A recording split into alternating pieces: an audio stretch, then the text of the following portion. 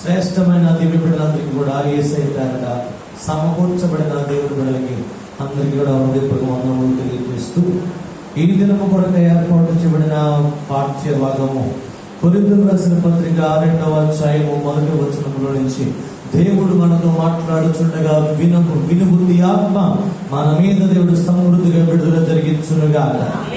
ఆమేన్. దేవునికి స్తోత్రం. హల్లెలూయా. బిడ్డలారా,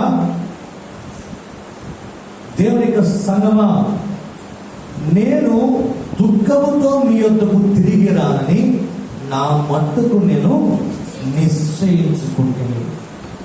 అపోస్తుడైన పౌలు కొరింథీయులకు రాసిన పత్రికలో తన హృదయములో పరిశుద్ధాత్మ దేవుడు పెడుతున్న భారమును, సంఘమును సరిచేయడానికి, సంఘమును సిద్ధపరచడానికి, సంఘమును బలపరచడానికి రాస్తున్న దేవుని యొక్క వాక్యముల నుండి మాట్లాడుతున్న ఆత్మానుసారంగా పరిశుద్ధాత్మ దేవుడు పౌలు గురించి మాట్లాడుతున్న మాట ఎదురుగా, నేను దుఃఖముతో మీ యొద్దకు తిరిగి రానని నా మట్టుకు నేను నిశ్చయించుకుంటున్నాను. దేవుని స్తోత్రం. దైవజనుడుకు చెప్పండి, ఆత్మదేవుడికి చెప్పండి. దైవజనుడుకు ఆత్మదేవుడికి దుఃఖము కలగకుండా జాగ్రత్త పడుట నా బాధ్యత. దేవుని స్తోత్రం. హల్లెలూయా. మన వల్లట ఎవరికి దుఃఖం కలగకూడదట? మొదట పరిశుద్ధాత్మ దేవునికి, తర్వాత దైవజునికి, సంఘమునకు, నీ కుటుంబమునకు దుఃఖము కలగకుండా నిన్ను నీవు భద్రపరుచుకునే అంత ఒక శ్రేష్టమైన కృప మనకి దేవుడు సమృద్ధిగా విడుదల జరిగించాలి. దేవుని స్తోత్రం. హల్లెలూయా. దాని కొరకే మన ఆత్మీయ జీవితం ఉన్నతంగా ఉండాలి. ఆ వాక్య భాగంలో నేను చూడండి,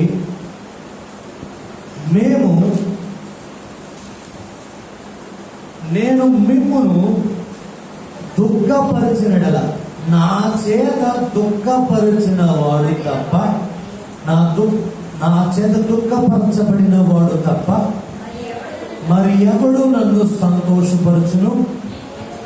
నేను వచ్చినప్పుడు ఎవరి వలన నేను సంతోషము పొందదగినో వారి వలన నాకు దుఃఖము కలుగకుండవలెనని ఈ సంగతి మీకు వ్రాసింది.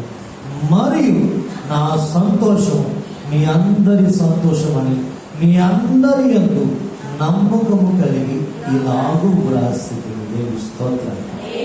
మహిమ కలుగునుగా.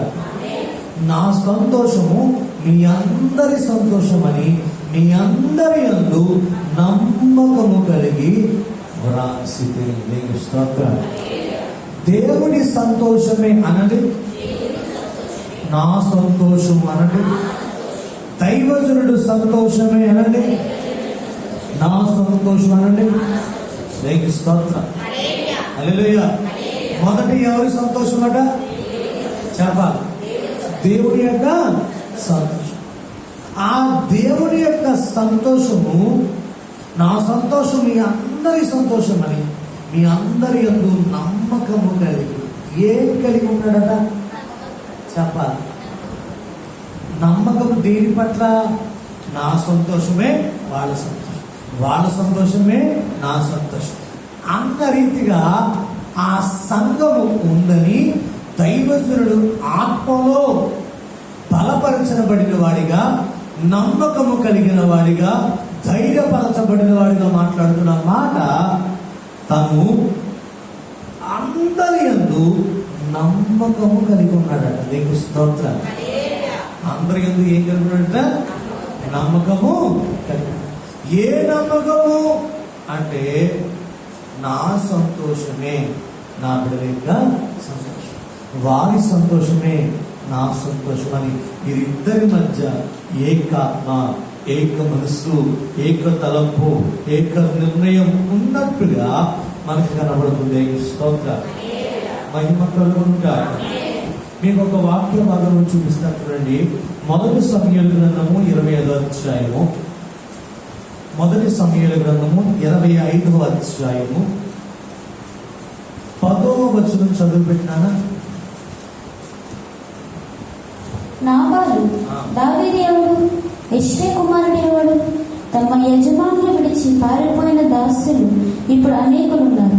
నేను సంపాదించుకున్న అన్నపానములను నా గొర్రెల బొచ్చి కత్తిరించి వారి కొరకు నేను వధించిన పశుమాంసము తీసి నేను బొత్తిగా ఎరుగనని వానికి ఎత్తునా అని దావీదుతో దాసులతో చెప్పగా, దావీదు పనివారు వెనుకకు తిరిగి దోవ పట్టుకొని పోయి అతనికి ఈ మాటలన్నీ తెలియజేసి, అంతటా దావీదు వారితో, మీరందరూ మీ కత్తులను ధరించుకునగా వారి కత్తులు ధరించుకుని దావీదు కూడాను కత్తి ఒకటి ధరించుకుని దావీదు వెనుకకు దాదాపు 400 మంది బయలుదేరగా 200 మంది సామాను దగ్గర నిలిచారు. ఎవరట? దావీదు అనండి. ఎవరట? అబీగేలు. ఇంకెవరు?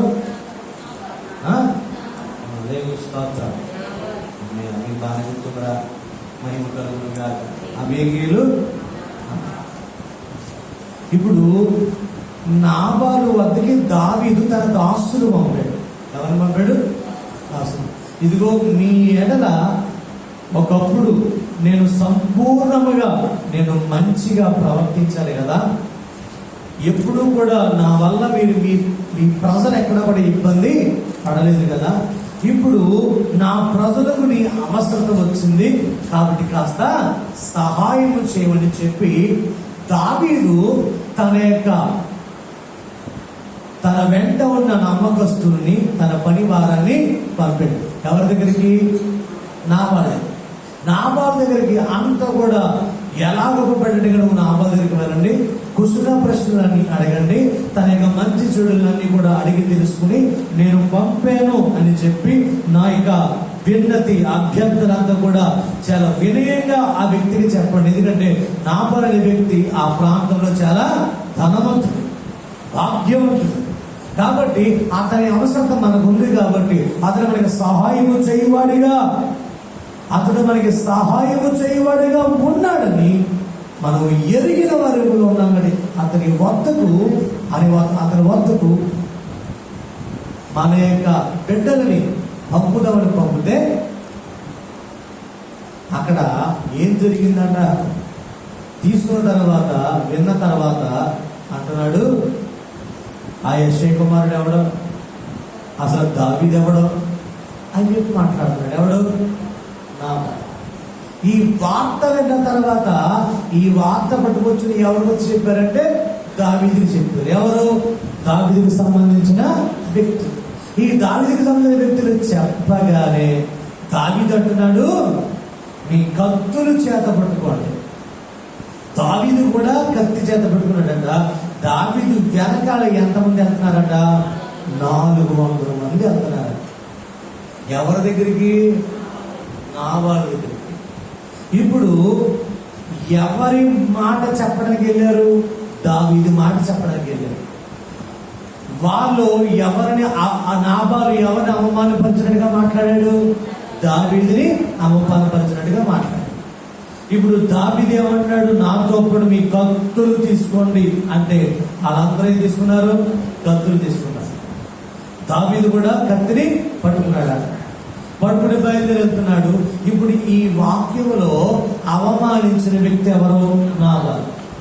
కోపం వచ్చింది ఎవరికి? దావీదుకి. ఇప్పుడు యుద్ధానికి వెళ్తే కనుక దావీదు వెళ్తే సరిపోద్ది కదా. ఎందుకంటే దావీదు సింహములు చంపినవాడు కదా, ఎలుగుబంటులు చంపినవాడు కదా. ఇంకెవరు చెప్పాడు? గొలియాతుని చంపినవాడు కదా. ఎంత పరాక్రమంతుడు. ఒక్క వ్యక్తి మీదకి వెళ్ళడానికి పెద్ద విషయమీ కాదు కదా. పెడతా ఏమంటాడు? మీరు నీ కత్తులు చేత పట్టుకుని నా వెనకాల రండి అంటే అందరూ వచ్చేస్తారు. ఇప్పుడు అవమానం కలిగింది ఎవరికి? దావీదు. కత్తులు చేత పట్టుకుంటే ఎవరో 400 మంది. ఇప్పుడు 400 మంది కత్తులు పెట్టుకోవాల్సిన అవసరం ఏంటి? ఆ అవసరం ఏంటి?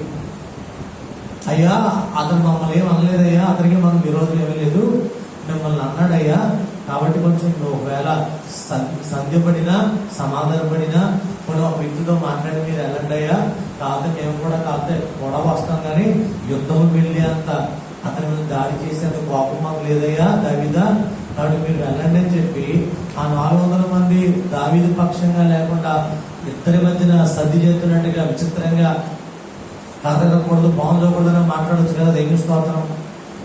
కానీ ఇక్కడ ఏం చెప్తారట, దావీదు చెప్పగానే కత్తులు పట్టుకోనరా అంటే అందరూ పట్టేసుకున్నారు.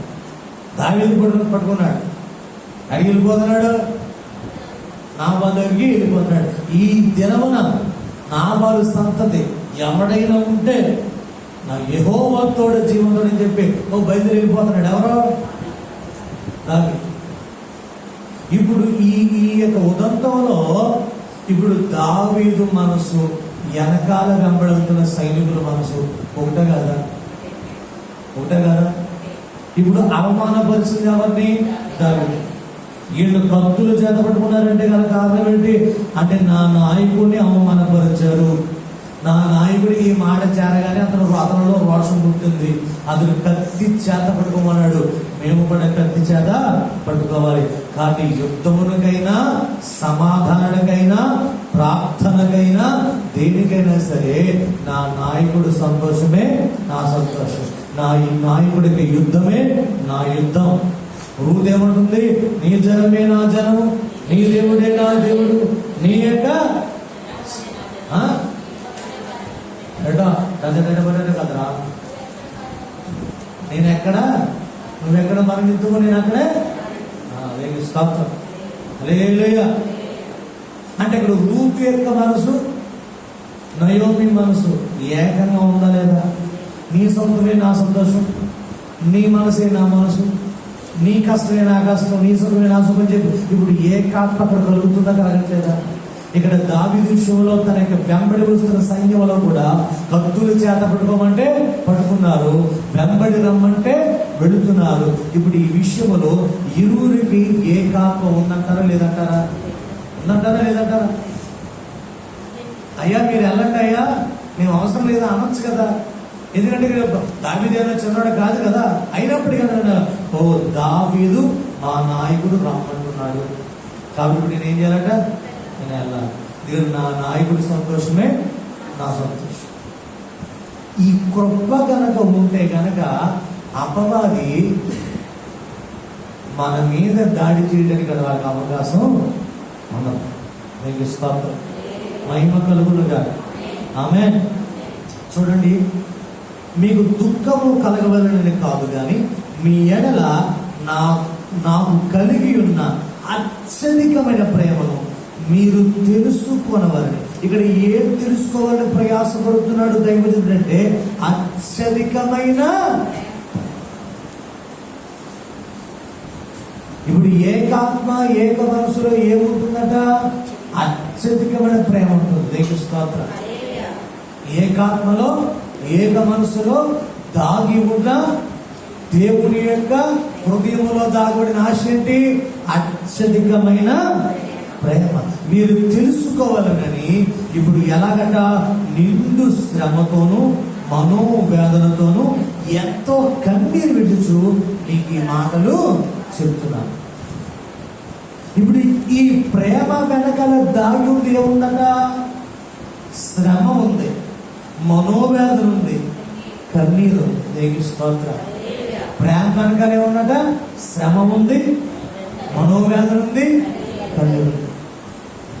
ఒక దైవజనుడికి, ఆత్మీయ తండ్రికి, పరిశుద్ధాత్మ దేవుడికి నీ ఎడల, ఆయన నీ ఎడల శ్రమ కలిగినట్లుగా శిలువ యాగంలో నీ కొరకు నా కొరకు ప్రాణం పెట్టలేదా?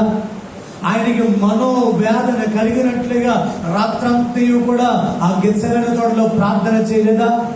ఆ యొక్క రక్తము నీరు బయటకు వచ్చినట్లుగా, రక్తమే బయటకు వచ్చినట్లుగా రాత్రంతా కూడా ప్రార్థన చేసిన అనుభవం మన యేసయ్యకి లేదంటారా? ఉంది కదా. అంటే ఇప్పుడు ఆ యేసు యొక్క ప్రేమలో సంఘం యొక్క పరిపూర్ణ కొరతకై దాచబడింది ఏంటంట?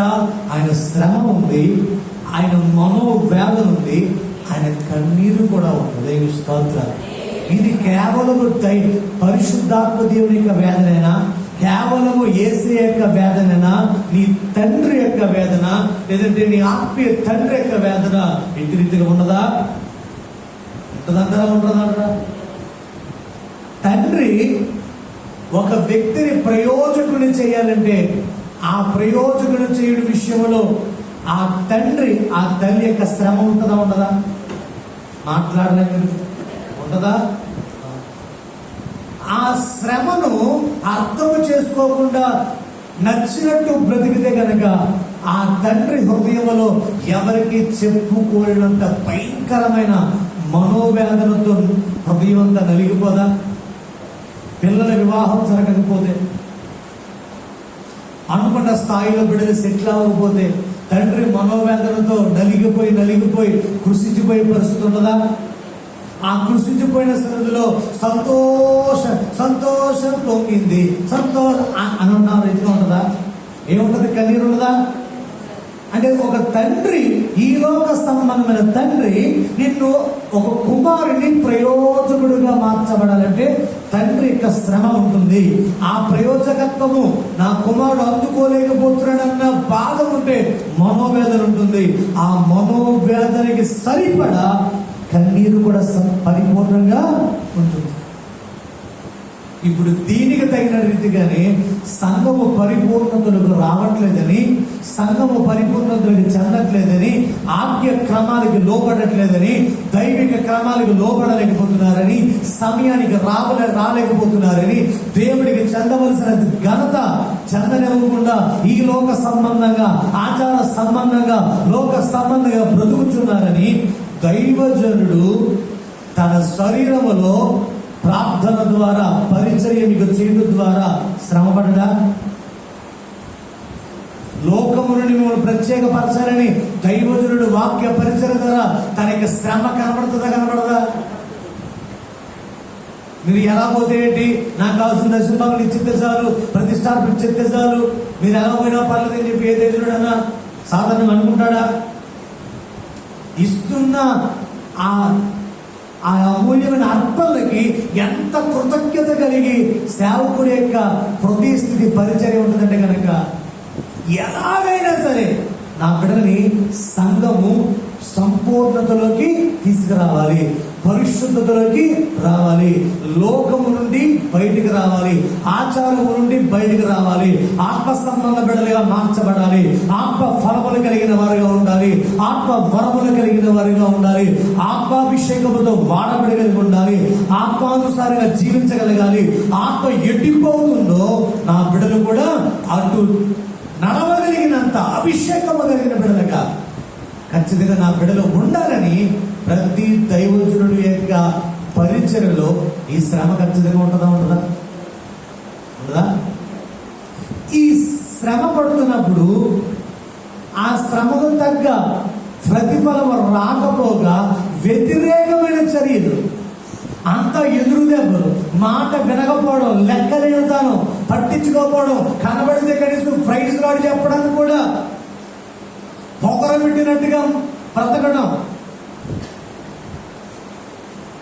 ఇలాంటి భయంకరంగా పాటలు పాడతాడు, ఆరాధన చేస్తాడు, అన్నీ చేస్తాడు, కానుకలు ఎత్తాడు, కానీ దైవజనుడు అంటే ప్రేమించడు, వాక్యానుసారంగా బ్రతకడు, పాటలు మాత్రం పాడతాడు, ఆరాధన విమర్శంగా చేస్తాడు, ఏదైనా పని ఉంటే కానీ గుట్లో కష్టపడతాడు, కానీ వాక్యానుసారాన్ని బ్రతుకుండదు, ఆచార సంబంధంగా బయటకు రాడు, కనీసం తోటి విశ్వాసం కనబడితే కనుక అందంగా పలకరించడు, దైవజనుడు కనబడితే కనుక పట్టించుకోడు, ఎదురుకుండా వచ్చినా సరే రైతులు చెప్పి అంత ప్రేమగాని సఖ్యత కనబడదు. ఇలాంటి పరిస్థితుల్లో సంఘములో ఉన్న బిడ్డలే వ్యతిరేకంగా బతుకుతున్నప్పుడు దైవజనుడికి మనోవేదన కలదంటారా? హృదయపూర్వకంగా సంతోషంగా ఉండే కృప ఉంటుందంటారా? అయ్యో నా బిడ్డలు కదా, నేను వాక్యముల ద్వారా, నా కన్నీటి ప్రార్థన ద్వారా నేను కన్న నా బిడ్డలు నాకు వ్యతిరేకంగా మారిపోతున్నారేంటి, నా హృదయం అర్థం అవ్వట్లేదేంటి, నా యొక్క స్థితి అర్థం అవ్వట్లేదేంటి, నా సాక్ష్యం వాళ్ళకి తెలుసు కదా, నా యొక్క నడిపింపు వాళ్ళకి తెలుసు కదా, నా బ్రతుకేటో తెలుసు కదా, నేను బ్రతుకుతున్న తీరని తెలుసు కదా, నా కష్టమేటో తెలుసు కదా, అన్ని తెలిసినప్పటికీ కూడా ఏ మాత్రము కూడా పట్టించుకోకుండా, చెవికి ఎక్కించుకోకుండా నటిస్తూ, దైవజనుడు నటిస్తూ, వెనకాల రకాలుగా చూద్దాంలే, ఆ చేద్దాంలే, దైవజనుడు చెప్పాడులే, ఆ మాత్రం చేసేదేంటి, చెయ్యాలేంటి అని నువ్వు చెప్పకపోయినా నీ మాటతో చెప్పకపోయినా, సమాచారం మరొక వ్యక్తి చేత పంపకపోయినా, నీ క్రియలు నాకు కనబడకపోయినా, నీ క్రియ యొక్క ఫలం కనబడుతున్నందున నా మాట అర్థమవుతుందా? నువ్వు చెప్పకపోయినా, నువ్వు ఎవరి ద్వారా సమాచారం పంపకపోయినా, నీ క్రియలు నాకు కనబడకపోయినా, నీ క్రియ యొక్క ఫలం కనబడుతుంది కదా, ఆ ఫలమును బట్టి మనోవేదన ఉండదంటారా? ఆ వేదనలో కన్నీరు ఉండదంటారా? ఇప్పుడు 21 దినములు ఉపవాస దినములు జరుగుతున్నాయి, ప్రార్థనలు జరుగుతున్నాయి. ఇప్పుడు ఈ సంపూర్ణత కొరకు ఎంత ప్రయాసపడుతున్నావో, సంఘ పరిపూర్ణత కొరకే పరిశుద్ధాత్మ నింపుదల కూడికని చెప్పి అందరూ ఆత్మ కలిగిన వారు ఉండాలి. ఆత్మ లేనివాడు నా వాడు కాదంటాడు. కాబట్టి నా బిడ్డలందరూ ఆత్మ కలిగిన వారుగా ఉండాలని ప్రయాస పడుతున్న ఈ ప్రయాస మీరు గమనించకుండా, మీరు అర్థం చేసుకోకుండా, ఆ ప్రయత్నం తగినట్టుగా ప్రార్థన లేకుండా, ఉపవాసం లేకుండా, జాగరణ లేకుండా, లోపల వేదనతో కూడిన ప్రార్థన లేకుండా వచ్చేపోయి ఆ రోజు సభ బాగా జరిగింది, కానీ ఒక్కరు కూడా ఆత్మను పొందుకోలేదంటే కనుక దైవజనుడు మనోవేదన దుఃఖం కలుగుతుందన్నా కలుగుతుందా? వేరుపోయినదికైనా దానికన్నా, డబ్బు పోయిన దానికన్నా సరే 21 దినములకు కన్నీటి ప్రార్థన యొక్క విలువ, దాని యొక్క రిజల్ట్ నా సంఘంలో కనబడలేదే అన్న ఒక దైనిక సంబంధమైన దుఃఖం, వేదన కనబడుతుందా కనబడదా? ఆ దుఃఖము, ఆ వేదన కలగకుండా ఉండడం నిమిత్తమాట ఇప్పుడు మనం కలిగి ఉండవలసిన మనసు తెలుసా? నా దైవజనుడి యొక్క మనసే, నా ఆత్మదేవుని యొక్క మనసే నా మనస్సు. దేవుని స్తోత్ర, మహిమ కలుగునుగా. ఆమేన్. దేవుని స్తోత్ర. చూడండి, దాని తర్వాత 5వ వచనంలో, ఎవడైనను దుఃఖము కలుగజేసి ఇంటిని ఎడల నాకు మాత్రము కాదు, కొంతమంటు మీకందరికీ దుఃఖము కలుగజేసి. ఎవడైనా దుఃఖము కలుగజేసిన నాకు మాత్రమే కాదు, కొంత మట్టుకు మీకు అందరికీ కూడా దుఃఖమును. ఇప్పుడు ఈ దుఃఖము కలిగితేనే కదా ఆ దైవజనుడితో ఏకీభవించేది. ఆ దుఃఖము కలిగితేనే కదా దైవజనుడు పోరాటంలో నిలబడేది. ఆ దుఃఖం అర్థమవుతేనే కదా దేవుని పక్షంగా నిలబడేది. ఆ దుఃఖం అర్థమైతేనే కదా దేవుని పక్షముగా చేయవలసిన కార్యముల వరకు నడుములు కట్టుకునేది. అవునంటారా కాదంటారా? చెప్పండిరా. దేవుని స్తోత్ర, హల్లెలూయా. అంటే ఇప్పుడు దుఃఖము కలుగుతుంది ఎవరికి? దేవునికి కలుగుతుంది. ఆ దుఃఖము నా దుఃఖమే. ఈ దుఃఖము దైవజనుడికి కలుగుతుంది కాబట్టి ఆ దుఃఖము నాదే. ఈ సంతోషము దైవజనుడికి కలిగింది, ఆ సంతోషము నాదే. ఈ సంతోషము దేవునికి కలిగింది, ఆ సంతోషము కూడా నాదే. ఆ కృపను కలిగి ఉంటే గనక నీకు విస్తారమైన కృప ఉంటుంది. దేవుని స్తోత్రం, హల్లెలూయా. మహిమ కలుగునుగా. నేను విశేష భారము వాని మీద మోపగొరక ఈ మాట చెబుతున్నాను. ఏ మాట? అట్టి వానికి మీలో ఎక్కువ మంది వలన కలిగిన ఈ శిక్షయే చాలు. దేవుని స్తోత్రం, మహిమ కలుగునుగా. సపోజ్ ఒక దైవజనుడికి లేదంటే ఒక కుటుంబానికి ఒక వ్యక్తి ద్వారా ఏదైనా నష్టం జరిగింది అనుకోండి. ఆ నష్టం పక్క వారి హృదయాన్ని కూడా గాయపరిచింది. మా వాళ్ళు ఎంత మాట అంటావా అని ఒక వేదనతో కూడిన హృదయం కలిగింది. ఇప్పుడు ఆ హృదయం కలిగితే అతడు ఆ వేదన కలిగిన హృదయంతో పాటు పక్కనున్న బంధువులు కూడా కలిసి ఎవరైతే గాయపరచబడి ఉన్నాడో ఆ వ్యక్తి మీదకి కాస్త కోపం, ద్వేషం బాగా పక్కన పెట్టి తన ఉండదా? ఉండదా? దేవుని స్తోత్రం, హల్లెలూయా. ఏదో ఒక వ్యక్తి ఖచ్చితంగా గొడవైంది. ఆ గొడవ అయితే కానీ అతనికి సన్నిహితంగా వ్యక్తులు కూడా ఆ మనసు కలుగుతుంది. ఓ మా వాళ్ళు ఎంత మాట అంటావా అన్న మనసు కలిగితే ఖచ్చితంగా ఏం చేస్తారు? ఖచ్చితంగా ఈడు మాట్లాడడం మానేస్తాడు. ఆడితో పడితే ప్రేమితుల వ్యక్తి కూడా ఏం చేస్తారు? మానేస్తారు. గల కారణం ఏంటి? ఒక వ్యక్తి తప్పు చేశాడు. ఎవరైనా మరొక వ్యక్తి. సుమంత్ అనే వ్యక్తి తప్పు చేశాడు. ఏదో ఒక వేరే అదర్ పర్సన్ ఎవరైనా ఒక వ్యక్తి నా ఎడలో తప్పుగా ప్రవర్తించాడు. నా ఎడలో తప్పుగా ప్రవర్తించడం నన్ను ప్రేమిస్తున్న నా బిడ్డలు ఎవరైతే ఉన్నారో వాళ్ళు కాస్త ప్రేమించి, ఓ మా దైవజనుడు ఎంత మాట అంటామని చెప్పి అతని ఎడల కాస్త కోపాన్ని ప్రదర్శించరా? ఎందుకు? ప్రేమను బట్టి. కాబట్టి ఇప్పుడు జరిగిన ఈ పరిస్థితి వల్ల మీరందరూ చూపించిన కఠినమైన హృదయ స్థితులను చూసావా, కఠినంగా ప్రవర్తించిన చూసావా, ఆ శిక్ష అక్కడితో సరిపోద్ది, ఇంకా చాలు అంటున్నాడు. దేవుని స్తోత్రం. హల్లెలూయా. మహిమ కలుగునుగా. మన సంఘంలో దేవుని కృపలో నా చిన్నబిడ్డలందరికీ కూడా వాళ్ళ చిన్నని అంటే చాలా ఇష్టం. వాస్తవంగా చెప్పాలి. ఇప్పుడు వాళ్ళ చిన్నాన్ని పొరపాటు ఎవడైనా ఏదైనా మాట అంటే కనుక ఖచ్చితంగా వాసు అవుతుందా రాదా? మా చిన్నాన్ని అంత మాట అంటావా అని ఖచ్చితంగా ఎవడైనా ఏదంటే కనుక వీళ్ళు ఖచ్చితంగా కోపం వచ్చి ఆడుతూ ఖచ్చితంగా మాట్లాడడం మానేస్తారు. మళ్ళా చిన్నాన్ని కొంచెం కాస్త కూస్తూ మాట్లాడడం మొదలెడితే అప్పుడు వీళ్ళు కొంచెం అప్పుడు ఏం చేస్తారు?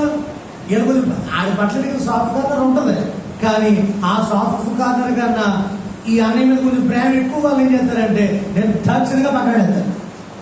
మళ్ళీ ఎప్పుడు కొరపోతుంది అంటే మళ్ళీ అన్నయ్య మాట్లాడితే మళ్ళీ మేము మాట్లాడలేదు మాట్లాడతాం. అంతే కదా ఇప్పుడు జరుగుతుంది కదా. ఇదిగో అట్టి వారి నీలో ఎక్కువ మంది వలన కలిగిన ఈ శిక్షే చాలు కనుక మీరిక వారిని శిక్షింపగా క్షమించి ఆదరించుట మంచిది. స్తోత్రం. ఇప్పుడు ఏం చేయాలన్నట? మీరిక వారిని శిక్షింపగా క్షమించి ఆదరించుట మంచిది. మొదట ఏం చేయమంటాడు చెప్పాలి. మొదట ఏం చేయమన్నాడు? క్షమించమన్నాడు. తర్వాత ఏమని చేయమన్నాడు? ఆదరించమన్నాడు. ఇప్పుడు ఆదరించబడాలి అంటే పోయిన వారు ఏం చెప్పాను? నువ్వు ఏ శ్రమ గుండా ప్రయాణం చేస్తున్నావో ఆ శ్రమ ద్వారా వచ్చిన ఆదరణ ద్వారా మరొక వ్యక్తిని నువ్వు ఆదరిస్తావు. ఇప్పుడు నువ్వు ఆదరించబడాలి అంటే గనక ఆ శ్రమలను ప్రయాణము చేయాలి. ఇప్పుడు ఆ ప్రయాణంలో ఉన్నావు కాబట్టి ఆదరించే శక్తిని ఆల్రెడీ కలిగింది కాబట్టి ఇప్పుడు దేవుడు ఏమన్నాడంటే బిడ్డ నువ్వు ఆదరించే అభిషేకం ఆల్రెడీ నీలో ఉంది కాబట్టి ఇప్పుడు నువ్వు పొందుకోవాల్సిన అభిషేకం తెలుసా? అతన్ని క్షమించు. ఏమంటాడు? క్షమించు. నువ్వు క్షమించి అతన్ని ఏం చేయాలట? ఆదరించు. దేవుని స్తోత్రం. హల్లెలూయా. మహిమ కలుగునుగా. అదే విన్నాడు కొంతమంది. నాకు మీకు చాలాసార్లు చెప్పాను ఈ మాట, ఇప్పుడు మరోసారి చెప్తున్నాను. నేను ప్రేమిస్తాను కానీ నేను క్షమిస్తాను కానీ ప్రేమించను. నేను క్షమిస్తాను కానీ ప్రేమించను. క్షమిస్తాడట కానీ నేను ఏం చేస్తాడట? ప్రేమిస్తాను క్షమిస్తాను. కొంతమంది ప్రేమిస్తాను క్షమిస్తాను, ఆదరించరు. ఏం చేయరు? ఆదరించరు. కొంతమంది క్షమిస్తారు మాత్రమే, ఏం చేయరు? ప్రేమించరు. కాబట్టి ఏం చేయాలా? క్షమించాలి, ప్రేమించాలి, ఆదరించాలి. నువ్వు క్షమిస్తున్నావు అంటున్నావు కానీ సంఘం ఎదుట, కుటుంబం ఎదుట, దైవజనుల ఎదుట నేను క్షమించున్నాను ఆ వ్యక్తిని అంటున్నావు కానీ నీ క్షమాపణ అంటున్నావు కదా, ఆ క్షమాపణ తగినట్లుగా నువ్వు ప్రవర్తిస్తున్న ప్రవర్తన, అతను ఆదరిస్తున్న ఆదరణ నీ క్రియల ఫలంలో కనబడట్లేదు. నీ క్రియల ఫలంలో కనబడట్లేదు. పైకి ఏమన్నా నేను క్షమించానండి. మరి క్షమిస్తే ఏం చేస్తావు? ప్రేమగా మాట్లాడతావు కదా, ప్రేమగా ఆదరిస్తావు కదా. కొంతమంది అదేంటో గొడవైతే ఇంకో క్షమిస్తారు కానీ మనస్ఫూర్తిగా ఏం చేయరు? మాట్లాడరు, అస్సలు మాట్లాడరు.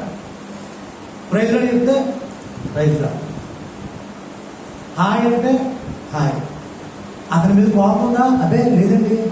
మరి ఎందుకు మాట్లాడట్లేదు? అదే అటువంటిది ఏం లేదండి, మాట్లాడతానే. ఎంత కవర్ చేస్తాడో.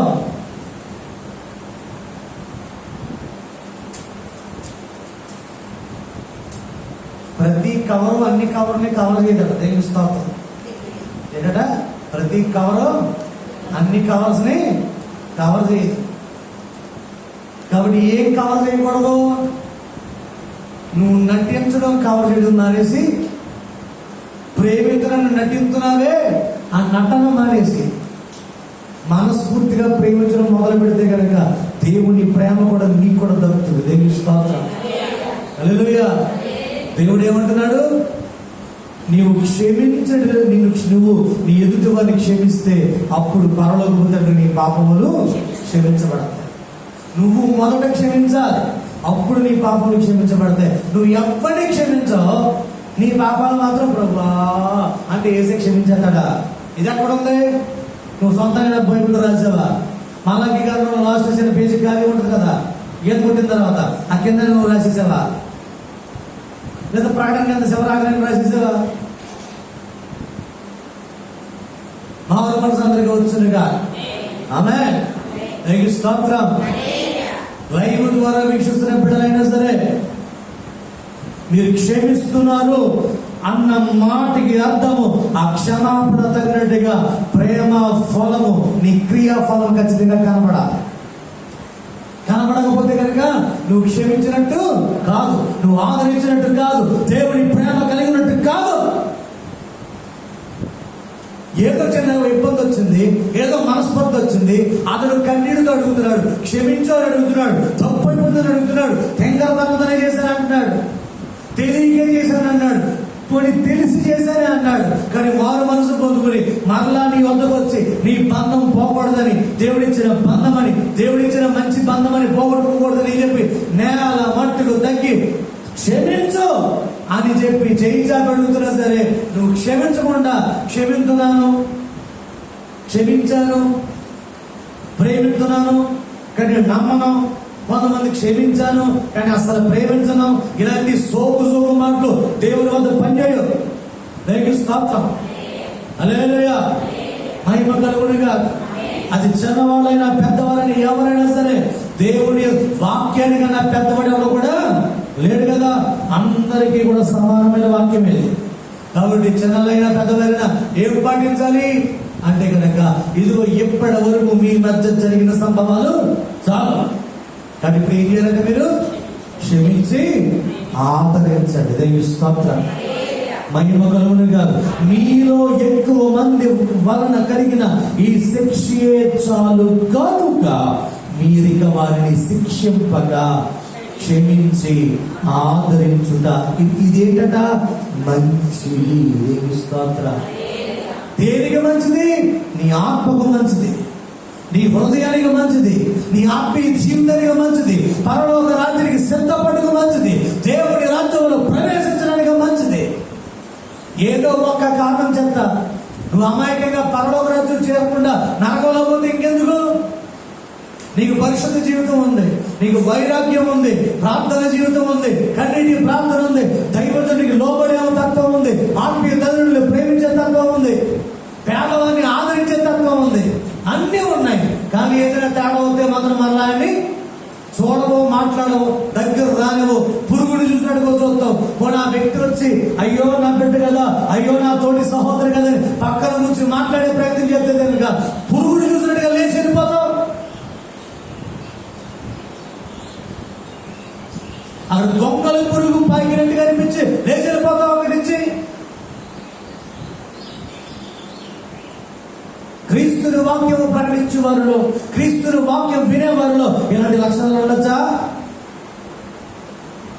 ప్రేమ అన్నిటినీ తాలును, ప్రేమ అన్నిటినీ నమ్మును, ప్రేమ ఉప్పొంగదు, ప్రేమ భరించును. ప్రేమ కోసం ఇంత చార్జర్ లిస్ట్ రాశాడు యేసయ్య. ప్రేమ శాశ్వత కాలము, ప్రేమ కలిగి ఉన్నట్టుకు నిన్ను వారిని పొరుగు వారిని. మరి ఎన్నింటి మరి వాక్యాలన్నీ ఏ అంటే కనుక మా ఇష్టం అండి, మా హృదయంలో సమాధానం పెట్టిన తర్వాత మాకు ఎప్పుడో మనశ్శాంతి వచ్చిందా? ఎప్పుడో మనశ్శాంతి కాదు. పగలు ఏదైనా తేడా వస్తే రాత్రి గడపకు మునిపే, మరుసటి రోజు నీ జీవితంలో అనుమతించబడక మునిపే సమాధానం పడిపోవాలి కదా. నువ్వు క్షమించి మరలా ఆదరించి కృప రావాలి కదా. ఎంత క్షమించబడిన అబ్బే అంటే క్షమించమని అడుగుతున్నాడంటే కనుక అది నీకన్నా పనికిమాలినోడు, నీకన్నా దౌర్భాగ్యుడు, నీకన్నా పాపిస్తాడని చెప్పి లక్షణమా? ఆ కర్మం పట్టిన వాడిగా, కళ్ళుకి నెత్తికెక్కిన పొగర పట్టిన వాడిగా నువ్వు ప్రవర్తిస్తే కనుక సమస్తము చెబుతున్నాడు ఆయన. హృదయం ఎరిగిన వాడైనా, రహస్యములని కూడా బయట పెట్టువాడైనా, వాణి క్రియలు చెప్పున ప్రతిఫలం ఇచ్చినట్లు రేపు మాపు వచ్చేస్తున్నాడు ఆయన. ఆయన వస్తున్నప్పుడు ఆయన పాదముల వద్ద సింహాసనం ఎలా నిలబడతావు నువ్వు? 52 వారాలు వచ్చావు, ఓకే. ప్రతి 52 శుక్రవారాలు వచ్చావు, బాగుంది. ఉపవాస కూడా విస్తారంగా దానమిచ్చావు, బాగుంది. పరిశుద్ధాత్మను పొందుకున్నావు, అంతా బాగానే ఉంది. ఈ మధ్యలో ఎవరితో ఏదో అయింది, ఆయన మాత్రం క్షమించట్లేదు. నువ్వు మాత్రం తెగ పట్ల పడతావు, తెగ ఉద్యోగంగా వెళ్ళిపోతావు. నీవు మాత్రం పరలోక రాజ్యం అంటే ఎలా ఇస్తాడు దేవుడు? ఏసై లెక్కట తెలుసా? 10 నుంచి 1 తీస్తే మొత్తం 0 ఏసై దృష్టిలో. మన దృష్టిలో 10 నుంచి 1 తీస్తే 9, కానీ ఏసై దృష్టిలో రివర్స్. 10 నుంచి 1 తీస్తే మొత్తం 0. 1 పోతే మొత్తం పోయినట్టే, ఒక్క ఆజ్ఞ తప్పితే మొత్తం పోయినట్టే. దేవుని స్తోత్రం, హల్లెలూయా, మహిమ కలుగునుగా. బాధ కలుగుతుంది. బాధ కలగని ఎవరన్నారండి? నా మాట వల్ల మీకు ఎన్నోసార్లు బాధ కలిగి ఉండవచ్చు, కఠినమైన మాట వల్ల సంఘం బాధపడవచ్చు, సంఘము ప్రార్థన వల్ల దైవజనుడు కూడా ఎన్నోసార్లు బాధ కలిగి ఉండవచ్చు. ఆ బాధలన్నీ నిజమే, ఆ గాయములన్నీ నిజమే, ఆ యొక్క వేదనంత నిజమే. కానీ క్రీస్తు ప్రేమ మించిన కృప నిన్ను వెంబడిస్తుండగా ఆ ప్రేమ కలిగి ఉండదు తప్ప అపవాదికి చోటు ఎక్కడ ఉండడానికి వీల్లేదు. దేవుని స్తోత్రం, మహిమ కలుగునుగా. ఆమేన్. ఇదిగో ఆ మాట చూడండి. కావున వాని ఎడల మీ ప్రేమ స్థిరపరచవలనని మిమ్మును బ్రతిమాలుకొనుచున్నాను. ఇప్పుడు ఏమి స్థిరపరచబడాలి చెప్పాలి? ప్రేమ స్థిరపరచబడాలి. ఎవరి ఎడల? నీకు ఎవరైతే వ్యతిరేకంగా ఉన్నారో చూసావా, వారి ఎడల నీ ప్రేమ స్థిరపరచబడాలి. దానికోసం ఏం చేయాలట? మిమ్మును బ్రతిమాలుకొనుచు. కావున వారి ఎడల మీ ప్రేమను స్థిరపరచవాలని మిమ్మల్ని బ్రతిమాలుకొనుచున్నాను. మీరన్ని విషయములందు విధులై ఉన్నారు. అది యోగ్యత తెలుసుకుని కదా పూర్వము రాస్తుంది. దేవుని స్తోత్రం, హల్లెలూయా. విధేయులై అనండి ఒకసారి, అందరూ అనండమ్మా, విధేయులై అనండి. విధేయులై ఉన్నారేమో అని నీ యోగ్యత తెలుసుకున్నట్టు, అంటే విధేయత కలిగి ఉండడం అంటే ఏంటట? యోగ్యత. దేవుని స్తోత్రం. ఒక విధేయత కలిగి ఉండడం ఏంటంట? యోగ్యత. అది ఒక మహాభాగ్యం. విధేయత కలిగి ఉండడం అంటే అది అందరికీ సాధ్యం కాదు. అందరూ విధేయులుగా ఉంటారా? అందరూ విధేయులుగా ఉంటారా? చిన్నపిల్లలు విధేయులుగా ఉండట్లేదు ఈ మధ్యన. అది నాకు ఇడ్లీ ఎడితే 3 ఇడ్లీ పొడి పెట్టాడు అంటే నాకు నచ్చలేదు. ఇంకా అన్ని విషయాలే కదా. ఏ విషయం చూసుకో, అన్ని విషయాలు కూడా విధేయత ఎక్కువ ఉందంటారా, అవిధేయత ఎక్కువ ఉందంటారా? అవిధేయతే కదా. మరి దేవుడు ఏమంటున్నాడట? ఇదిగో మీరు విధేయులై ఉన్నారేమో అని మీ యోగ్యత తెలుసుకున్నట్టుకై. విధేయత అప్పుడు ఏంటట? యోగ్యత. నీ యోగ్యత తెలియాలి దేవునికి, నీ యోగ్యత తెలియాలి నీ దైవజనుడికి, నీ యోగ్యత నీ సంఘానికి తెలియాలి. మనకి ఏం తెలుసండి కనుక, మా వాళ్ళు బాగా చదువుకున్న వాళ్ళు, ఆ వాళ్ళు పాటలు బాగా పాడతారు, మా వాళ్ళు ఈ పైన సోపు విషయాలు కాదు. నీకోసం ఏం తెలియాలట? యోగ్యత తెలియాలి. చెప్పండి, నీ విధేయత తెలియాలి. ఈ కృప మనందరికీ కలుగునగా. ఆమేన్. దేవునికి స్తోత్రం. మీరు దేని కూర్చేను ఎవరిని క్షమించుచున్నారో నేను వారిని చెప్పండి. దేని కూర్చొని ఎవరిని క్షమించుచున్నారో నేను వారిని. అంటే ముందు మనం ఏం చేయాలి? మనమే, అప్పుడు వేసే మనని. ఈ కృప మనందరికి వచ్చిందిగా. ఆమేన్. దేవునికి స్తోత్రం.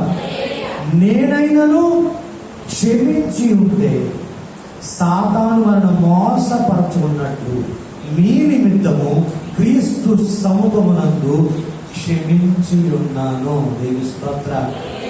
ఎవరి సముఖమందు క్షమించాలట? చెప్పాలి. క్రీస్తు సముఖమునందు అంటే ఏంటి? సంఘం ఎదుట, దేవదూతుల ఎదుట, దైవజనుల ఎదుట నీ క్షమాపణ రూఢీపరచబడాలి. అది అందరికీ తెలియాలి. దేవుని స్తోత్రం. మహిమ కలుగునగా. పర్సనల్ గా ఫోన్ చేసి క్షమించేసాను, ఈ వారిని టెస్టి. అది కాదు క్షమాపణ. సంఘము ఏం చేయాలట? క్రీస్తు సమూహం ఏం చేయాలట? చెప్పడమా? మీ నిమిత్తము క్రీస్తు సమూహమందు క్షమించు. అంటే నీ క్షమాపణ సంఘం అందరికీ కూడా తెలియాలి. స్తోత్రం.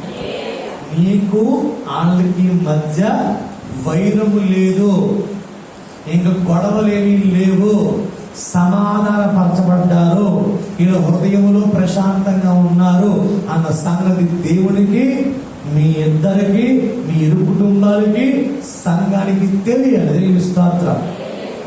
ఎందుకంటే తెలియాలంటే రేపొద్దున తేడా పడ తెలిస్తే కనుక గమనించరా?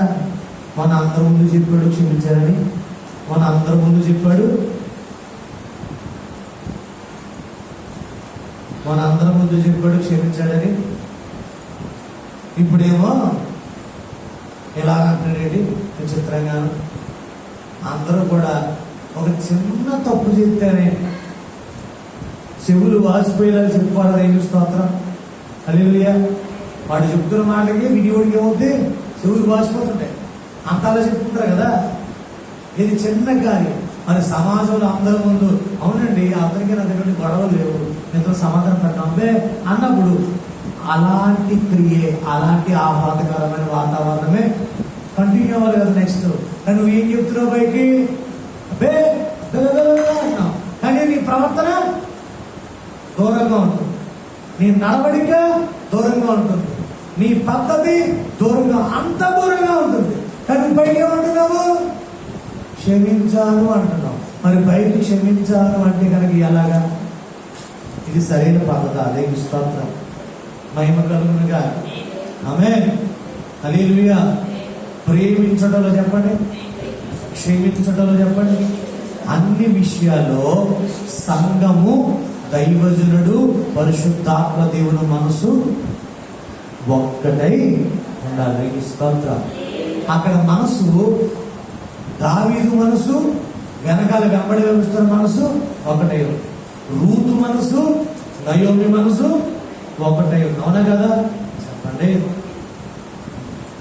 మరొక విషయం చెప్తాను. అసలు సంబంధం లేని వ్యక్తి దేవుని స్తోత్రం. ఎవరంటే యోనా గారు. ఎవరు? యోనా గారు. యేసే మనసు ఏంటి? నా బిడ్డని నినివే పంపాలి, అక్కడ నా వాక్యాన్ని ప్రకటించాలి. వాళ్ళు మారు మనసు పొందిన తర్వాత ప్రార్థన చేయాలి, ప్రార్థన చేసిన తర్వాత నేను క్షమించాలి. ఇది ఎవరి సంకల్పం? యోనా గారి సంకల్పం ఏంటి? నినివే అంటే దర్శించేళ్ళాడు. బాబుని అద్భుతంగా చక్కగా మంది చేప కడుపులో పెట్టి 3 రోజులు ప్రయాణం చేసి నమ్మకంగా చేర్చవలసిన చోటకి తండ్రి దేవుడు చేర్చిన తర్వాత ఏం చేస్తున్నాడు? నమ్మకంగా చెప్పబడిన మాట చెప్పాడు. చెప్పిన తర్వాత చూసేస్తాడు. ఏంటి? అగ్గుచ్చేస్తుంది, కాల్చేస్తుంది, అగ్గుచ్చేస్తుంది, కాల్చేస్తుంది చూస్తాడు తప్ప నేను ప్రకటించబడిన వాక్యం వారిలో నెరవేర్పు రావాలి, వాళ్ళు మారు మనసు కలగాలి, దేవుని యొక్క ప్రజలు కదా, వాళ్ళు రక్షించడం వరకే కదా నన్ను పంపాడు. కానీ ఖచ్చితంగా ఆయా బిడ్డలు రక్షించబడాలన్న ఒక దైవిక సంబంధమైన ప్రేమ కలిగి నడవలసిన యోనా ఎదురంటే కనుక నేను ప్రకటించాను కదా. ఏం ప్రకటించాడు?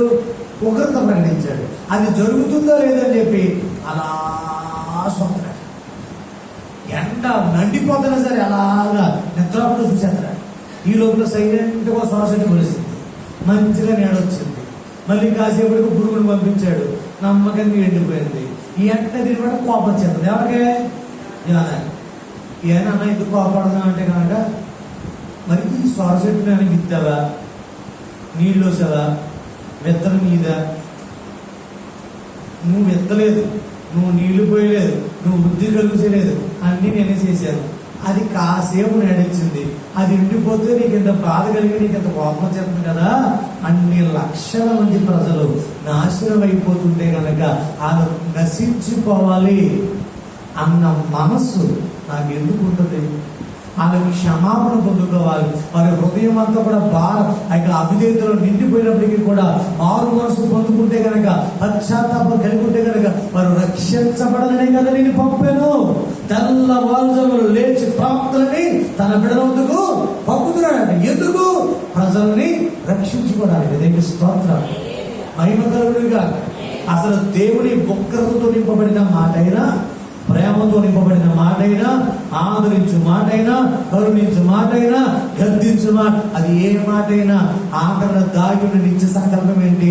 నా బిడ్డలు నాకు సొంతం, నేను ప్రాణం పెట్టి కొనుక్కున్నాను, నా బిడ్డలు నాతోనే ఉండాలి, అబ్బాయి సొత్తుగా ఎప్పటికీ పొరపట్టుకోవడాలో మారకూడదు అని ఏం చేసినా చివరాఖరి కాన్సెప్ట్ ఏంటంటే వాళ్ళు నా సొంతం. దేవుని స్తోత్రం, అవునా కదా? చెప్పండి హల్లెలూయా, మహిమ కలుగునుగా. ఇక్కడ యోనా మనసు దేవుడి మనసుతో కలిసిందా? చెప్పాలి. ప్రకటించేంత వరకు కలిసింది, దేవుడి మాట ప్రకటించేంత వరకు కలిసింది. దాని తర్వాత సంగతులు కావలేదు. అందుకే మా దైవజనులు ఆత్మీయులు అంటారు, సగం బుద్ధి గవం బుద్ధి అంటాడు.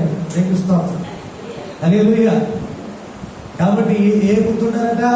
పరిపూర్ణమైన గుర్తుండాలి. దేవుని స్తోత్రం, హల్లెలూయా. గుడ్డు ఎంత పరిపూర్ణంగా ఉంటుందో నీ బుద్ధి కూడా అంత పరిపూర్ణంగా ఉండాలి. దేవుని స్తోత్రం, నీ మనసు అంత పరిపూర్ణంగా ఉండాలి. ప్రపంచునిగా కాబట్టి అన్ని విషయాల్లో కలవాలి. చెప్పండి, ఎవరితో? దేవునితో, దైవజనుడితో, సంఘముతో, కుటుంబంతో. దేవుని స్తోత్రం. అది ఎలాగా? లోకానుసారంగానా? వాక్యానుసారంగా కలవాలి. దేవుని స్తోత్రం, మహిమ కలుగునుగాక, కృప వచ్చునుగాక. హల్లెలూయా. మరొక వ్యక్తి నీకు చూపించి నేను ముగిస్తాను. అబ్రహాం అనండి, చెప్పాలి. ఆతిథ్యం తీసుకోవడానికి వచ్చినట్టుగా ఫీల్ అయ్యాడు ఎవరు? అబ్రహాం. ఇందుకోసమే కదా వచ్చాం ప్రభువా, ఎవరు వేసి భూమికి వచ్చాడా? కోలేదు పొరపాటున బిడ్డ తప్పు అంటే అని అన్ని భరించి నమ్మకంగా కొట్టిందే ఆతిథ్యతే స్వీకరించాడు. ఇంక వెళ్ళిపోతా సొదొమ గొమొర్రా కోసం నాకు చిన్న వినపం వచ్చిందిరా, అది అలా ఉందో లేదో చూద్దామని వెళ్తున్నాను అన్నాడు. అంతే. అప్పుడు వెంటనే ఏం చేశాడు అబ్రహాము? పట్టేసుకున్నాడు. దేవుని స్తోత్రం. అయ్యో బాబాయ్, సొదొమ గొమొర్రాకి వెళ్తున్నావా అంటే అక్కడ ఏదో చేయడానికి వెళ్తున్నా. దేవుని స్తోత్రం. అక్కడ ఏదో వాళ్ళు ఏదో తప్పు పని చేసి ఉంటారు, వాళ్ళు నీకు ఏదో రోషం పుట్టించుంటారు. వాళ్ళు ఒకరి పాత్ర కొమ్మరచన ఉంటావు బాబోయ్ అని చెప్పి, అయ్యా 50 మంది ఉంటాయి, 45, 40, 35, 30, 5, కొన్ని 20, కొన్ని 15, కొన్ని 10 ప్రతిభానేస్తాడు. దేవుని స్తోత్రం. ఎందుకు? రక్షించ. ఈ యేసయ్య అబ్రహాముతో సొదొమ కొరకు వెళ్తున్నాను అని చెప్పగల కారణం ఏంటి? అబ్రహాము సొదొమ వరకు అడ్డుపడతాడా లేదని చెప్పి తెలియజేస్తాం. హల్లెలూయా. అసలు అడ్డుపడతాడంటవా అని టెస్ట్ చేయడానికి వెళ్తా. మరి వెళ్తాను దానికోసమే, చూడడానికి వెళ్తానంటే పైకి చెప్పాడేమని చూడడానికి వెళ్తున్నాను. లోపల కాన్సెప్ట్ ఏంటి? అగ్ని గోమరించాలని. కానీ ఆ దావీదు ఏం చేశాడు? మనసు పట్టేసుకున్నాడు. దేవుని పట్టేసుకుని ఏం చేశాడు? అడ్డుపడిపోతున్నాడు. సరేనన్నా 50 మంది అంటే నేను 50 మందితో రక్షించడానికి చెప్పానా? నేను చూడడానికి వెళ్తానని చెప్పాను కదా, ఎందుకు 50 మీదుగో మమ్మీ ఇది ప్రార్థన అండి అన్నాడా? సరే అన్నడమనా అంటే ఏంటి? నేను అందుకే వెళ్తున్నాను రా. దీనికోసం అగ్గి గోమరించడానికి వెళ్తా. నువ్వు పట్టేశావు నా హృదయం, నువ్వు పట్టేసుకున్నావు నాన్న. సరే చింతలే అని చెప్పి అలా అలా అలా బతిమాలుగా 10 వచ్చింది కూడా నీకు స్తోత్రం. హల్లెలూయా. మహిమ కలుగును గాక. ఈ 10 మంది వచ్చింది ఎందుకు కాబట్టి అంటే కనుక అక్కడ నా బిడ్డ ఉన్నాడు కదా, ఎవరో లోతు భార్య బిడ్డలు 4 ఉన్నారు కదా. ఈ 4 కింద మీద పడి 6 సంపాదించుంటారు, రక్షించుంటారు. రౌండ్ ఫిగర్ సంపాదించుకున్న వాళ్ళు వీళ్ళ కుటుంబం కలిసి అట్లీస్ట్ 10 మంది ఉంటారు. కనీసం ఈ 10 మంది అయినా సరే కాపాడవాళ్ళని వాలంటీర్ అతని మంచి తగ్గిస్తాం. హల్లెలూయా. ఇప్పుడు అబ్రహాం మనసు ఇప్పుడు దేవుని మనసు ఒకటైందా లేదా? నా సంతోషం నీ సంతోషం ఒకటే కదా? నా బాధ నీ బాధకి ఒకటైందా లేదా? దేవుని స్తోత్రం. ఇప్పుడు ఆత్మీయ తండ్రి మనసు, దైవజనుడు మనసు, తండ్రి మనసు, సంఘం మనసు ఒక్కటై ఉండాలా వద్దా? దేవుని స్తోత్రం. హల్లెలూయా. ఏదైనా కార్యక్రమం చేద్దామని పరిశుద్ధాత్మ ప్రేరేపణ ద్వారా దైవజనుడు ఏదైనా కార్యక్రమం మొదలు పెడితే ఏం చేయాలా? సరేనయ్యా మీ దర్శనం చెప్పండి, మేము ఆ దర్శనం మేము మోస్తాం, మేము భరిస్తాం, మేము దాన్ని పూర్తి చేద్దాం అని చెప్పాలి తప్ప మీ దర్శనం బాగాలేదే కదా కొంచెం మార్చుకోండి. మీ దర్శనం కొంచెం బాగాలేదే కదా, కొంచెం బాగాలేదు, కొంచెం కిటికీ అక్కడ కాదు మాస్టర్, కొంచెం పక్కన అంటాం, బొమ్మ అక్కడ పెట్టకపోతే మాస్టర్ ఇక్కడ అంటాం. నోవాహు ఓడ కట్టమని నోవాహు చెప్పాడు, ఊళ్ళో అందరూ చెప్పాడేసే. దర్శనం ఎవరిదే? ప్రత్యక్షత ఎవరిదే? ఇప్పుడు ఎవరు చెప్పిన మాట వినాలి? ఎవరు చెప్పిన మాట వినాలి? నోవాహు చెప్పిన మాట ఖచ్చితంగా వినాలా వద్దా?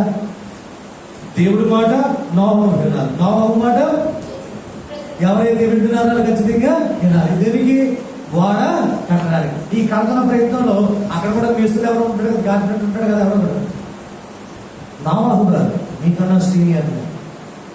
ఇలా కట్టకూడదు నా వాడ. ఇక్కడ కొంచెం వంపు ఎలా ఉండకూడదు, కొంచెం షేప్ ఎలా తిప్పాలి, కిటికీ ఇక్కడ పెట్టకూడదు, కొంచెం పైన అంటారు అని దిక్కుమాల సహాయం చెప్పకూడదు. దానికి స్తోత్రం. హల్లెలూయా. దర్శనం ఎవరు పొందుకున్నాడు? నాయకుడు పొందుకున్నాడు. ఆ నాయకుడు భారం ఎవరు పంచుకోవాలి? తన ఆత్మీయ బిడ్డలు ఖచ్చితంగా పంచుకోవాలి. దానికి స్తోత్రం. హల్లెలూయా. ఈ ఆత్మీయ నడిపింపులకు రాలేకపోతే కనుక వాడ ముగిలిపోద్ది. ఏమంటే వాడ మునిగిపోద్ది. దేవుడు చెప్పినట్టుగా వాడ కడితే ఆ వాడ ఎంతటి ప్రమాదాలైనా తట్టుకొని అది చేరవలసిన గమ్యానికే చేరదు. ఆడో మాట ఈడో మాట ఇన్ని మాటలు కలగలిపోయి అసలు చెప్పిన మాట వదిలేసాం అనుకో, ఈ వాడ తయారే అవుతుంది. కానీ ఆరారోజు చేరదు. నీళ్లు పెరిగిన తర్వాత అంతకన్నా లోతుకి వెళ్ళిపోతుంది. దేవుని స్తోత్రం. ఎందుకంటే పనికి మారి మాటలన్నీ సేవ చేస్తే, పనికి మారి మాటలని కుటుంబ జీవితాలు కట్టబడితే, పనికి మారి మాటలని ఆ యొక్క వివాహాలు, ఆ గృహ ప్రవేశాలు, ఆ యొక్క మందిర ప్రతిష్టలు జరిగితే కనుక మునిగిపోదు తప్ప పైకి తేడా. మందిర ప్రతిష్ట ఎలా చేయాలి? దైవుడు ఆత్మరెడ్డి గురించి చేయాలి. పాస్టర్ గారు అలా చేయకూడదు, పాస్టర్ మీరు చెప్పొచ్చా? తింకర సలహాలు ఇవ్వకూడదు. ఎందుకు? ప్రత్యక్షత ఎవరికి ఇవ్వబడింది? ఆత్మీయ తండ్రికి ఇవ్వబడింది. కానీ ఆత్మీయ తండ్రి భారం మాది అని తీసుకునే కృప ఉండాలి. ఆ కృప కలిగిన వాడు రక్షించబడతాడు. అలా నాయకుడిగా నోవాహు అందరి మాట వేసి అవును నిజమే కదా అని చెప్పి అందరి మాటలు తీసుకుని ఆ నచ్చినట్టుగా విస్తారంగా కట్టేయడానికి వాడ మంచి వెరైటీ షేప్ వస్తుంది. ఆ షేప్ ఈ తుఫానికి ఒక గాలి వస్తే చాలు ఇది ఎగిరిపోతుంది అనమాట. ఎందుకు? అడ్డమైన మాటలు నువ్వు వాడ కడితే గాలి కూడా ఎగిరిపోతుంది, నీరు కూడా రావసరం లేదు. కాబట్టి కృప, దేవుని భయము మనందరినీ ఆవరించును గాక. దేవుని స్తోత్రం. హల్లెలూయా. వాడ కట్టు బాధ్యత అదిగాడి మనం కాస్త సహాయం చేయాలి. కాబట్టి ఏ సైజులో పోయమంటే అలా పోయాలి. ఎక్కడ మీకు కొట్టమంటే కొట్టాలి. ఆ కొట్టినప్పుడు ఆ పని అలా జరుగుతుంది కాబట్టి స్థిరంగా ఉంటారు. అబ్బాయి అలా కొట్టం పాస్టర్ గారు ఇలా కొడతామండి, కొట్టు బాగుంటుంది. ప్రత్యక్ష గుడారం ఎలా చేయమంటే నోవాహు ఆ యొక్క వాడ ఎలా కట్టమంటే అక్కడ పరలోక సంబంధమైన జ్ఞానం తప్ప ఇక్కడ ఈ జ్ఞానం వాడచ్చా? కొంతమంది ఉన్నారండి కొన్ని సంఘాల్లో వాడమని చెప్తుంటారు, దైవజనులకు సలహా ఇస్తుంటారు. అలా కాదు, ఇలా చెయ్యాలి, ఇలా చేస్తేనే కుదురుతుంది, దిక్కుమని సలహా ఇస్తారు. ఆ సలహాలు ఇవ్వడం వల్లే ఆ కుటుంబాలు, ఆ సంఘాలు అలా ఎడితే ఎప్పటికిప్పుడు పొందుకున్నారు. ఆవిడ ఉన్నారు, ఆ కాస్త కృప పోతే పోగా దురాత్మలు వచ్చి ఆ సంఘంలో ఏలును అన్న ప్రవచనం నెరవేర్చదంటే అక్కడ యెజబెలు ఆత్మ లేదా? ప్రకటన గ్రంథంలో ఆఖరణ మీరు యెజబెలు ఉండదిచ్చున్నారని చెప్పి గద్దించలేదా? ఉన్నది లేదా? యెజబెలు ఆత్మ ఉండనివ్వచ్చా? దేవుని ఆత్మతో యెజబెలు ఆత్మ ఉండనివ్వడానికి వీల్లేదు. ఈ కృప అందరికీ కలుగునుగా. ఆమేన్. దేవునికి స్తోత్రం. హల్లెలూయా. నేను దేవుడు ముగింపులోకి వచ్చిన మాటలు కాబట్టి మీ అందరూ కూడా ఈ రోజు మనందరికి దేవుడు చెప్తున్న ఒకే ఒక్క మాట, నీ ఆత్మీయ పరిశుద్ధాత్మ తండ్రి యొక్క మాట, నీ ఆత్మీయ తండ్రి మాట, మనందరి మాట ఒక్కటై ఉండాలి. దేవునికి స్తోత్రం. ఏక మనసు కలిగి ఉండాలి. మనం ప్రేమించిన వారిగా ఉండాలి, పరిపూర్ణంగా క్షమించిన వారిగా ఉండాలి, ఎదుటి వారిని ఆదరించు వారిగా ఉండాలి. ఇట్టి కృప మనందరికి విడుదల చేసినట్లుగా ఎలుగెత్తి మోకరించి ప్రార్థన చేద్దాము. దేవుడు మనందరినీ దర్శించునుగాక. ఆమేన్.